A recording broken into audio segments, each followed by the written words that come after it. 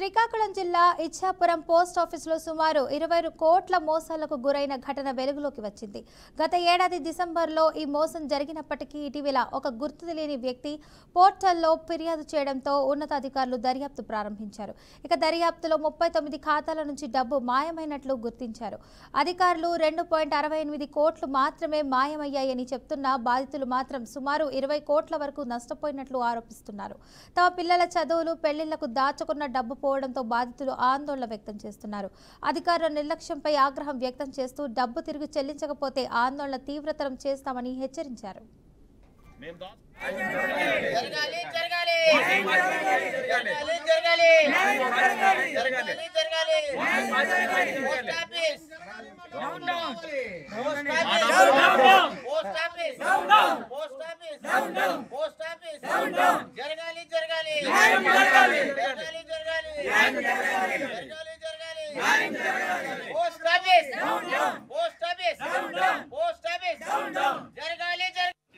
మీరు అరెస్ట్ చేసుకోండి sir. Department వాళ్ళు ఎవరు దొంగలు ఎవరనేది మీరు ఎంక్వైరీ చేసుకొని మిమ్మల్ని వాళ్ళకి మీరు చేసుకోవాలి. మమ్మల్ని ఎందుకు ఇబ్బంది పెడతారు?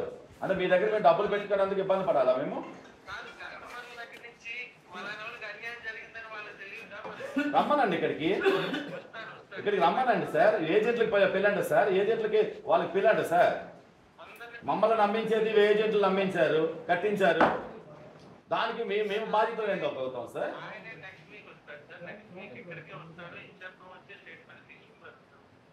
ఏంటి సార్ ఇది? ఇప్పుడు మీలోన మీకు క్లారిటీ లేదు. ఇక్కడికి వస్తే మాకు సమాధానం లేదు. అతను వస్తే శ్రీకాంత్ గారు ఏమంటారంటే మ్యాక్సిమం 6 నెలలు పట్టవచ్చు అని అంటారు. పడతాది అని అన్నారు. మీరేమో 1 మంత్ పడుతుంది అంటారు, లేదా 1 వీక్ 2 వీక్స్లోనే ఏం చేస్తారు? మా అమౌంట్ మాకు ఇప్పిస్తారా? 2 వీక్లోన సెటిల్ చేస్తారని అంటే ఏంటి? 2 వీక్స్లో మా డబ్బులు మాకు ఇప్పిస్తారా?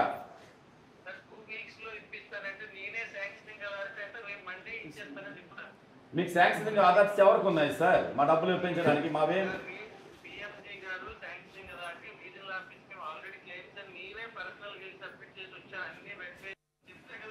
సార్, ఇది పోస్ట్ ఆఫీసులో మేము 2017లో మేము ఫిక్స్డ్ డిపాజిట్ చేసుకున్నాం సార్. అది మాకు 10 years తర్వాత డబ్బులు ఇస్తామని పాలసీ మీద మేము దాచుకునే డబ్బులు 2025 నాటికి వచ్చినప్పటికీ అది 2006లో డబ్బులు అవడానికి ఉంది.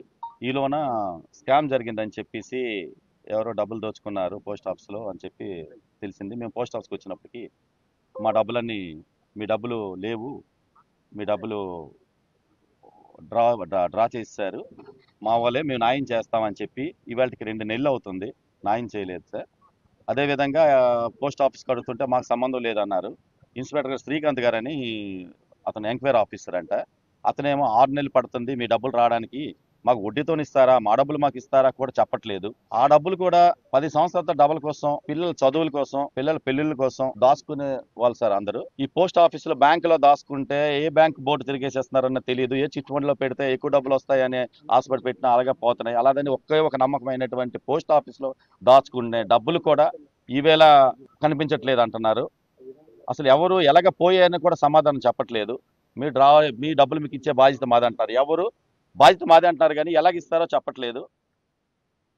మేము ఎప్పుడు ఇస్తారో కూడా సరైన టైం చెప్పలేకపోతున్నారు సార్. సిబిఐ వాళ్ళకి ఈ కేసు అప్పచెప్పామని చెప్పారు.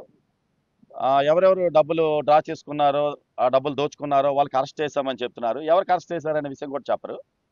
సిబిఐ వాళ్ళు మా 33 మంది 5 మంది 38 మంది దగ్గర పోయే డబ్బులు అని చెప్పి పోస్ట్ ఆఫీస్లో చెప్తున్నారు. వీళ్ళకి కూడా నోటీసులు ఇచ్చి సిబిఐ వాళ్ళు వైజాగ్ రమ్మంటున్నారు మాకు. సార్, ఇది పోస్ట్ ఆఫీసులో మేము 2017లో మేము ఫిక్స్డ్ డిపాజిట్ చేసుకున్నాం సార్. నమస్కారం.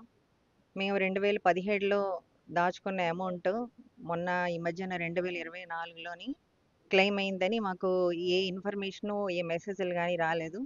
మా ఏజెంట్ త్రూ మాకు తెలియడం అది జరిగింది. వెంటనే ఇవి గవర్నమెంట్ డబ్బులు కనుక మీ అమౌంట్ మీకు పోవమ్మా, మీకు నెల రోజుల్లో వస్తాయని హామీ ఇచ్చారు. ఆ ప్రకారంగానే మాతోటి కంప్లైంట్ రాయించుకున్నారు. మా పుస్తకాలు కూడా వాళ్ళు తీసుకున్నారు. మీ నమ్మకం మీదే మా డబ్బులు మాకు వస్తాయని నమ్మకం మీద మా పుస్తకాలు ఇచ్చి క్లెయిమ్ పెట్టుకున్నాం.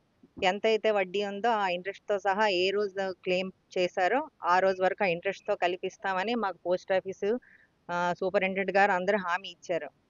మళ్ళీ మధ్యలో ఒకసారి సూపరింటెండెంట్ గారికి ఫోన్ చేస్తే 2 మంత్స్ పడతది మేడం అని అంటున్నారు. మా పిల్లలు పెళ్ళిళ్ళ కోసమని దాచుకున్న డబ్బులు.